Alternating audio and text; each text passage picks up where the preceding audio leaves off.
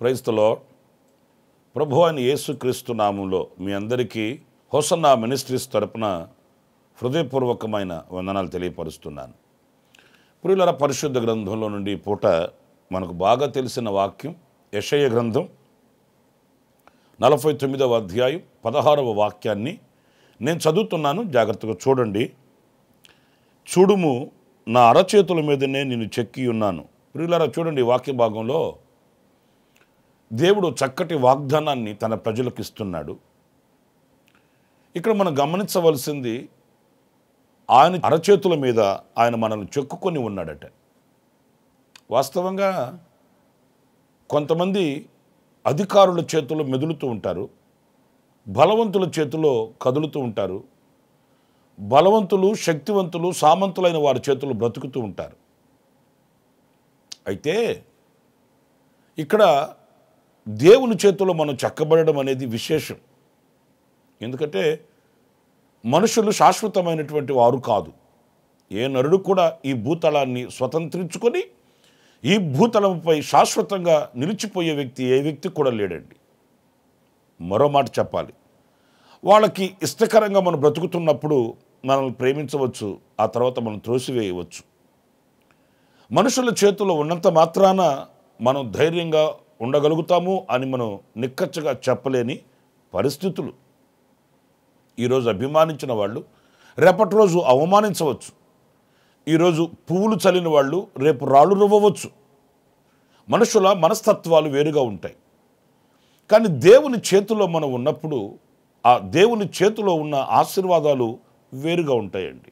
పరిశుద్ధ గ్రంథంలో మనం కీర్తనలు 16వ కీర్తన 11వ చరణంలో మనం చదివినప్పుడు, జీవ మార్గమును నీవు నాకు తెలియజేసేదవు, నీ సన్నిధిని సంపూర్ణ సంతోషము కలదు, నీ కుడి చేతిలో నిత్యము సుఖములు కలవు. ఇక్కడ చూడండి, ఆయన చేతిలోనట మనం ఉంటే ఆయన చేతిలో ఉన్న ఈ నిత్య సుఖములను మనం అనుభవించవచ్చట. సుఖంగా బ్రతకడం తప్పు కాదు, సుఖభోగం ఆశించడమే తప్పు. ఈ సుఖము భోగం కాకూడదండి. మనకు కావలసినంత, మనకు ఉండవలసినంత ఉండి మనం సుఖంగా బ్రతకడం తప్పేమీ కాదు.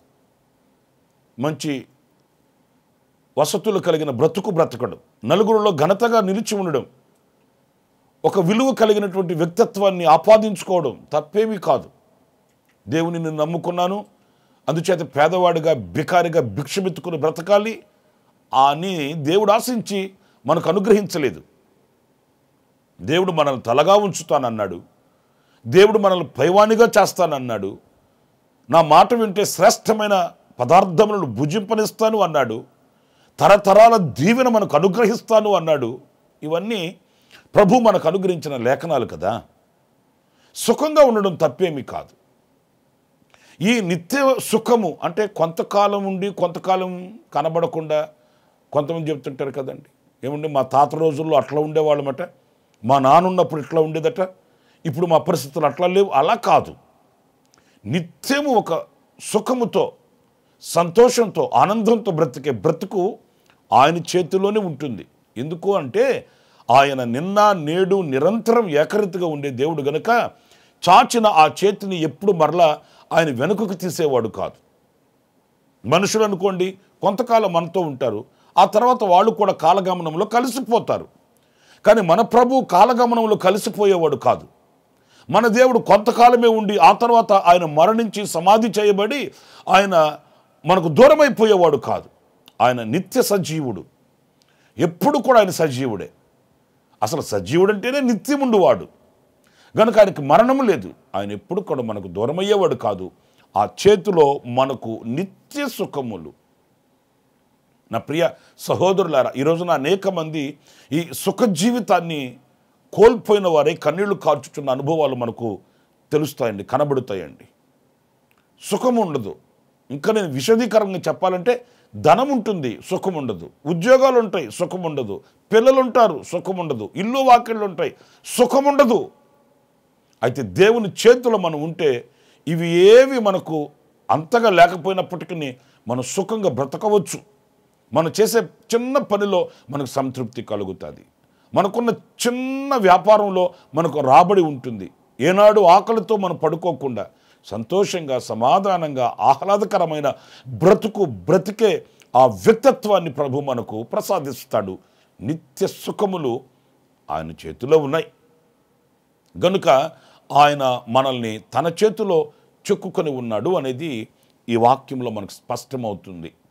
ఇంకొక మాట నేను మీకు జ్ఞాపకం చేయాలి. అది సామెతల గ్రంథం 21వ అధ్యాయం మొదటి వాక్యంలో మనం గమనించినప్పుడు, యెహోవా చేతిలో రాజు హృదయము నీటి కాలవల వలెనున్నది, ఆయన తన చిత్తవృత్తి చొప్పున దానిని త్రిప్పును. చూడండి, ఆయన చేతిలో రాజు హృదయం ఉందంట. ఆ రాజు హృదయాన్ని ఆయన చిత్తవృత్తి ప్రకారం ఆయన త్రిప్పుతాడు, మలుస్తాడు. అవునండి, మన హృదయం ఆయన చేతిలో ఉండాలి. అప్పుడు దేవుని చిత్తానుసారంగా ఆ హృదయం మార్చబడుతుంది. ఇంకొక వాక్యం మనకు బాగా తెలుసు, మీ ధనము ఎక్కడ ఉండునో మీ మనస్సు, మీ హృదయం కూడా అక్కడే ఉంటుంది అనే వాక్యం మనం చదువుతాము. మన హృదయం ధనం చేతిలో ఉంటే, మన హృదయం జనము చేతిలో ఉంటే వాళ్ళు ఎలా చెప్తే మనం అలా నడుస్తాము. ధనము ఎలా త్రిప్పితే మనం అలా త్రిప్పబడతాం. ఈరోజు నేను కొత్తగా చెప్పాలన్నా మీకేమన్నా, కొంతమంది ధనాపేక్ష కలిగిన వాళ్ళే కనబడతారు. మరి కొంతమంది మనుషులు ఎలా మార్చితే, ఎలా వాళ్ళని నడిపిస్తే అలా నడిపించబడతారు. ఇక దేవునికి ఇది విరోధమైన కార్యము, మనం చేయకూడదు కదా, మనం వెళ్ళకూడదు కదా, మనకు ఉండకూడదు కదా అనే వివేకం ఉండదండి. వాళ్ళు చెప్పారు, వీళ్ళు చేయాలి. వీళ్ళు వాళ్ళని సంతోషపరుచుకుంటూ బ్రతకాలి. దేవుడు సంతోషపడకపోయినా పర్లేదు, ఆయన నచ్చకపోయినా మెచ్చకపోయినా పర్లేదు, వీళ్ళకి దేవుడితో పని లేదు, మనుషుల్ని సంతోషపరుచుకుంటూ తిరుగుతారు. అయితే మన హృదయము ఆయన చేతిలో ఉన్నప్పుడు ఆయన చిత్తవృత్తి ప్రకారం, ఆయన చిత్తానుసారంగా ఆ హృదయాన్ని త్రిప్పుతాడు. ఎప్పుడు మనం ఏది ఆశించాలనో ఆయన నేర్పిస్తాడు. ఎప్పుడు మనం ఏది అవలంబించాలనో ఆయన మనకు బోధిస్తాడు. మనం ఎలా బ్రతకాలి, ఎలా మనం సంచరించాలి, ఎలా మన జీవితాన్ని మనం మలుచుకోవాలనేది ఆయన మన మెత్తని హృదయం అనే పలక మీద ఆయన వ్రాస్తాడు. అప్పుడు ఆ వ్రాతలు మన జీవితాన్ని మలుస్తాయి, మన జీవితాన్ని కట్టి లేపుతాయి, మన బ్రతుకుని సాక్షార్థమైన బ్రతుకుగా తీర్చిదిద్దుతాయి. హృదయం అనే పలక మీద వ్రాయబడిన ఆ శాసనములను మనం నెరవేర్చగలుగుతాము, అవలంబించగలుగుతాము. కనుక మన హృదయము ఆయన చేతిలో ఉండాలి. నేను ఊరికనే సరదాగా చెప్తున్నానండి. కొంతమంది యవనస్తులు చూడండి, మనసు ఇచ్చేసారండి అంటుంటారు. అప్పుడేమైంది అంటే, నా మనసు నాలో లేదు, నా మనసు వాళ్ళకి ఇచ్చేసాను, అంచేత వాళ్ళు ఏది చెప్తే అది చేయాల్సి వస్తుంది అంటుంటారండి. మరి అదే మనసు దేవునికి ఇస్తే, నీ మనసు నీలో కాకుండా, నీ హృదయం నీలో కాకుండా దేవునికి ఇస్తే ఆయన ఏం చెప్తే అది చేయగలుగుతాము. ఆయనకి ప్రీతికరమైన బ్రతకగలుగుతాము. ఆయనతోనే మన జీవితాన్ని సుఖమయం చేసుకోగలుగుతాము. గనుక మన హృదయం ఆయన చేతిలో ఉండాలి. ఇంకొక మాట కూడా నేను మీకు జ్ఞాపకం చేస్తాను. అది యెషయా గ్రంథం 62వ అధ్యాయం 3వ వాక్యాన్ని నేను చదువుతున్నానండి. నీవు యెహోవా చేతిలో భూషణ కిరీటముగాను, నీ దేవుని చేతిలో రాజకీయ మకుటముగాను ఉందువు. ఇక్కడ మనం ఒక కిరీటం లాగా ఉంటామట ఆయన చేతిలో. అంటే ఆ కిరీటం అనేది విజయానికి, ఘనతకి సూచన కదా. మనం ఎలా ఉంటాము ఆయన చేతిలో అంటే ఒక కిరీటం లాగా. తల్లిదండ్రులైన వాళ్ళు తనను సంతోషపరిచే బిడ్డలను గురించి చెప్తుంటారు. ఏమని చెప్తుంటారు? దేవుడు నాకు ఇచ్చిన బహుమానం అయ్యా, దేవుడు నాకు ఇచ్చిన స్వాస్థ్యం అండి అని చెప్తుంటారు. నిజమే. మనం ఆయన చేతిలో ఎలా ఉండాలి అని అంటే ఒక కిరీటం లాగా, ఒక బహుమానం లాగా, లేక ఒక ఘనతగా మనం ఉండాలండి. నా ప్రియమైన సహోదరులారా, ఆయన చేతిలో ఒక కిరీటం ఉంది. ఆ కిరీటానికి ఎంత విలువ ఉంటుందో ఎప్పుడో యేసన్న గారు చెప్తుంటే విన్నాను. ఆయన జపాన్ వెళ్ళి స్వార్థ పరిచర్య ముగించుకుని వచ్చిన తర్వాత యేసన్న గారిని ఒక మీటింగ్కి వెళ్ళాడంట. ఆ ప్రాంతంలో సేవ చేసే ఒక సేవకులు యేసన్న గారిని కలిశారు. పక్కన కూర్చొని మాట్లాడుతున్నప్పుడు ఆ పాస్టర్ గారు యేసన్న గారితో మాట్లాడుతూ యేసన్న గారి ముఖం చూడట్లేదట. యేసన్న గారు జోబు వైపు చూస్తూ మాట్లాడుతున్నాడు. అప్పుడు యేసన్న గారు, ఏంటి బ్రదర్ జోబు వైపు చూస్తున్నారు ఏంటంటే, ఆ పెన్ జపాన్లో తెచ్చుకున్నారు కదా అన్నాడట. అప్పుడు యేసన్న గారు అన్నాడట అని నవ్వి, సరే సరే సరే అని మళ్ళీ మాట్లాడుతుంటే ఎంతసేపటికి ఆ పాస్టర్ గారికి యేసన్న గారి జోబు మీద ఉందంటే దృష్టి. వెంటనే యేసన్న గారు ఆ పెన్ తీసి ఆయనకి ఇచ్చి, బ్రదర్ మీరు ఉంచుకోండి అంటే ఆయన ఎంత సంబరపడిపోయాడు. వాస్తవంగా యేసన్న గారు చెప్పాడు, అది నేను జపాన్లో కొన్న పెన్ కాదు, అది 15 రూపాయలు ఇచ్చి ఇక్కడే కొన్నా. అంటే యేసన్న గారి జోబులోకి ఆ పెన్ వచ్చేసరికి దానికి ఘనత వచ్చింది.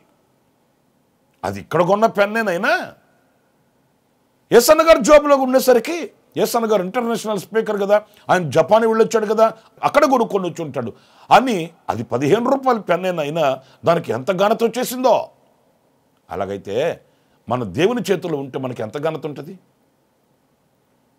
మనం దేవుని చేతిలో ఉంటే మనం చూసేవాళ్ళు ఎలా చూస్తారు? తృణీకరింపబడిన వాళ్ళగా కాదు, లేకపోతే దేనికి పనికిరాని వ్యక్తులుగా మనల్ని చూడరు. మనం శక్తి కలిగిన వ్యక్తులుగానే ఉంటాము. ఆ ఘనత మనకు ఉంటుంది, ఆ విలువ మనకు ఉంటుంది.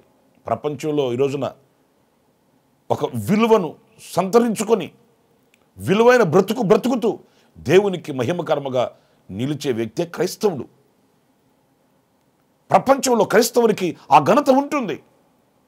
తెలివితేటలను బట్టి కానీ, విజ్ఞానాన్ని బట్టి కానీ, వివేకమును బట్టి కానీ, ఆలోచన శక్తిని బట్టి కానీ దేవుడు ఆ ఘనతని క్రైస్తవునికి ఇచ్చాడు. ఆయన చేతిలో ఉన్న ప్రజలకి ఆ ఘనతను ప్రభు అప్పగించాడు. నా ప్రియ సహోదరులారా, మనం ఆయన చేతిలో అలా ఉంటాము. ఘనతాస్పదముగా దీవెనకరమైన బ్రతుకుతూ మనం నిలవగలుగుతాము. నేను 3 విషయాలు మీతో చెప్తూ వచ్చాను. అదేంటంటే, మనము ఆయన చేతిలో ఉన్నాము గనుక నిత్య సుఖములు మనకు కలుగుతాయి. మన హృదయం ఆయన చేతిలో ఉంటే ఆ హృదయం ఆయన చిత్తవృత్తి ప్రకారం తిప్పబడుతుంది. 3వది, ఆయన చేతిలో ఘనత ఉంది. కిరీటంలాగా మనం ఆయన చేతిలో ఉంటాము.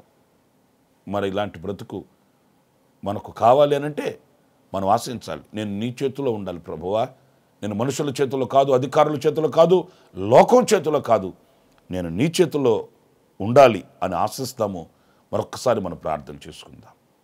కృపాసత్య సంపూర్ణుడమైన ప్రభువా మీకు వందనాలు. మేము మీ చేతిలో ఉండాలి. మీ చేతిలో ఉన్నప్పుడు కలిగి ఆశీర్వాదాలు ఏంటో మేము ధ్యానించుకుంటూ వచ్చాము. నిత్య సుఖములు కలిగి నీ చేతిలో నా తండ్రి మా హృదయాన్ని ఉంచుకొని నీ చిత్త వృత్తి ప్రకారం నడిపించబడుతూ నీ చేతిలో ఉన్న ఘనతను ఆపాదించుకొని మీ కొరకై సాక్షిగా ఉండటకు సహాయం చేయమని ప్రార్థనలో ఏకీభవించి తీర్మానం చేసుకుంటున్న ఒక్కొక్కరిని కూడా దీవించి ఆశీర్వదించమని ప్రభువా, మరొక్కసారి మమ్మల్ని మేము పరిశీలించుకోవడానికి మీరు మాకు అనుగ్రహించిన తరుణ కొరకై స్తోత్రాలు చెల్లిస్తూ యేసు నామములో ప్రార్థించి వేడుకొనుచున్నాను తండ్రి. Amen, amen. ప్రభు మిమ్మల్ని దీవించి ఆశీర్వదించునుగాక. విశేషమైన కృప నా దేవుడు ఈ దినమంతా మీకు సమృద్ధిగా అనుగ్రహించుగాక. ఆమెన్. ప్రతి దినము ఈ అనుదిన కృపాను సందేశాల కొరకు, ఇంకా మరిన్ని ఆత్మ సంబంధమైన సందేశాల కొరకు ఈ మా యూట్యూబ్ ఛానల్ ని సబ్స్క్రైబ్ చేసుకోండి. Pastor Ramesh, hosanna ministries.